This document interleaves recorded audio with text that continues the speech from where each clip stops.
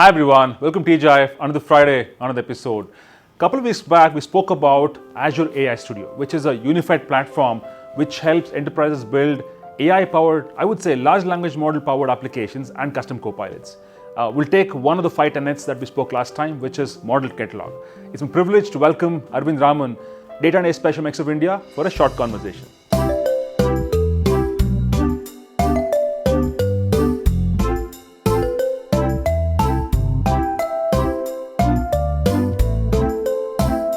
Arvind, welcome to TGIF. Hi Sandeep, always a pleasure to be on TGIF. Wonderful, your loyalty continues. Thank you so much for doing this. Thank you. So quickly, I think last time we spoke about Model Catalog and you said, hey, when it comes to choice, this is one-stop shop for enterprises. So tell us more about Model Catalog.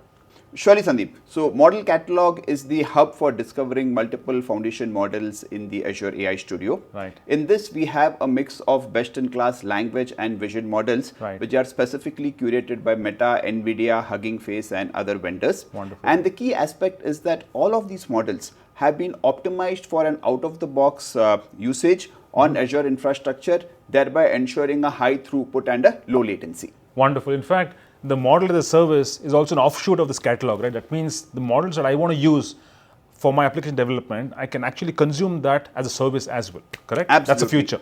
Yes. Wonderful. So quickly, when it comes to Model Catalog, we have a choice for sure, but what matters most is how do we understand which model to use? See, look at it this way. I have a solution in mind. I have a use case where I need to use a large language model.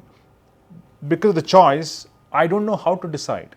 Is there a way a tool helps me with some kind of a benchmarking where I'm sure, you know what, Llama 2 helps me here, or let's say GPT-4 helps me here. So how do we do that? Surely, Sandeep. So there are 2 ways in which we do this. I'll first talk about the benchmarking tool, wherein Microsoft provides an out-of-the-box benchmarking for many of these models, specifically based on the activity to be done. Okay. And again, what we've done is we've taken specifically curated data sets and have done an accuracy test on it. Okay. For example, I need to check a Llama 2 versus a GPT-4 on a specific data set and test it for accuracy. I have the metrics readily available. Okay. So the user at the click of a few buttons can compare these different models and choose what is the best for him.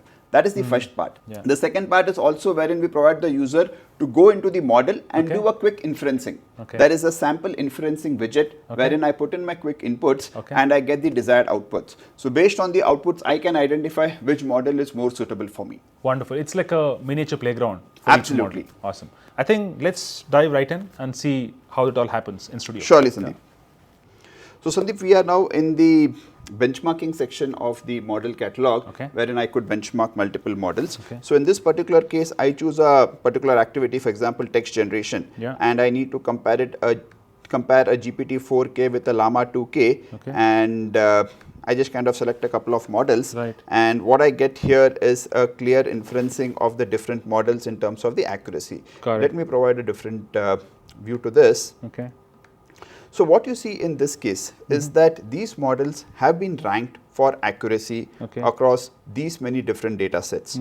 So if I have to infer this, it shows me that the GPT-4 model has an average accuracy of approximately about 0.90, 0.86 compared to the other models. So the users can have this well-defined benchmarks and then decide in terms of which is a specific model they need to go ahead with. Correct. Right now it's just accuracy, but I'm sure there are other metrics that we have to consider before I decide to go with a specific model. So what about that? Surely. So Sandeep, while there are multiple metrics, I would talk about the 4 key metrics that many of the organizations use. The first one is in terms of groundedness, which aligns the model's output with the data that has been supplied to it. The second is relevance, wherein it identifies the intent behind the specific question and how it kind of provides a response. The third is in terms of coherence, wherein it links it with the ability of, wherein it identifies the ability of a model to provide a human-like language. And last is fluency, wherein it looks at the grammatical aspects of it. Wonderful. In fact, I think groundedness matters most because when it comes to enterprise solutions, we're grounding the model on enterprise data. So efficacy, or I would say accuracy in terms of how accurate the models are in sticking to the fact is a test there, right? Absolutely, Sandeep. Wonderful.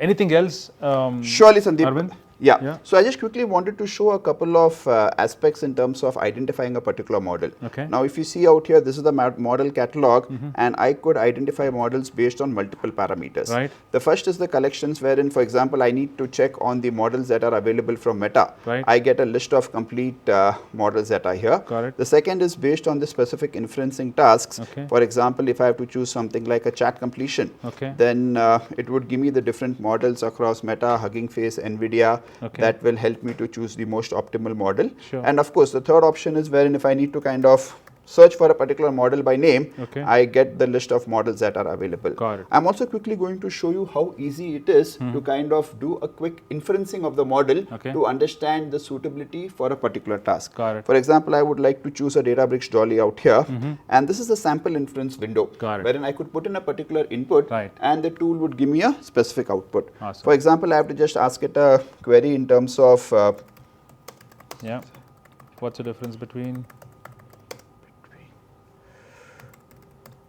Dolly version 2 and GPT 4 Turbo? Perfect. yeah. Yeah, there you go. Wonderful.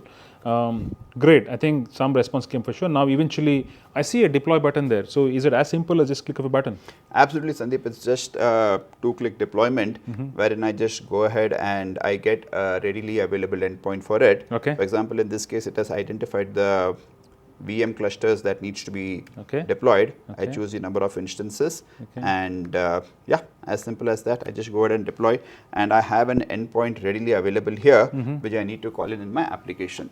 So all the Awesome. drudgery of setting up a cluster, provisioning the infrastructure, and setting up the security and other configurations, everything gets absolutely simplified in this type of deployment. Wonderful. This is an evidence of how this platform is getting democratized, right?